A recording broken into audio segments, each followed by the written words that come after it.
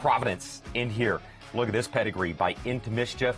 Out of that multiple Grade 1 winning dam and two-time Breeders' Cup Distaff winner, Monomoy Girl, he drew post 2. Litmus Test, also for Bob Baffert, 4th in the Grade 1 Breeders' Cup Juvenile in his most recent start. And then Blacksmith, that's going to be the 4 maiden who's never won a race. 2, 3, and 4 are the post positions for the Baffert runners. What it lacks in quantity certainly brings the quality to the table. Let's start with one of the Baffert contingent here. Litmus Test will start from the 3-hole. Gets the star choice pilot in Juan Hernandez aboard for the ride as we go back to this maiden score. Big effort. Juan really found a bit late. This is his only victory that he has on his resume. 4 lifetime starts, 1 victory. You're looking at it right here on August 16th.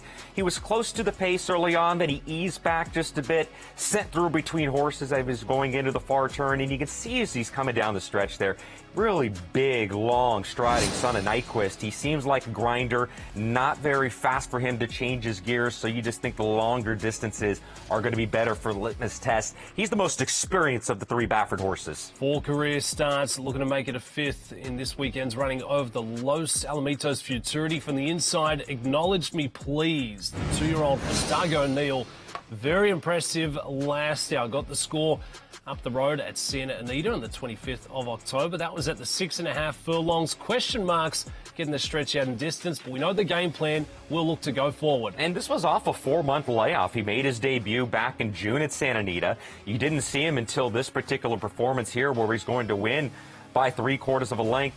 Comes out of a very live race in his debut, and he was not far behind. Desert Gate first him out. Came back to win the Best Pal. He was second in the Del Mar Futurity, a close second in the American Pharaoh. So his lone loss was to another talented Baffert horse in his career debut back in June. Coming in for Dougie Fresh and the yard, Ayuso will be aboard for the ride. Let's take a look at Captivator, the 6. We'll start from out wide for John Sadler. The blinkers come off.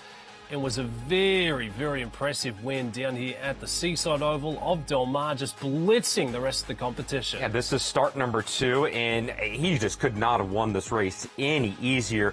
He just opened up every single point of call by more and more as he comes down to the finish line, really not even asked, as he stops the clock here for 6 furlongs in 109 and 4. Could have been faster, could have been a bigger winning margin as well, winning by 10 1/4.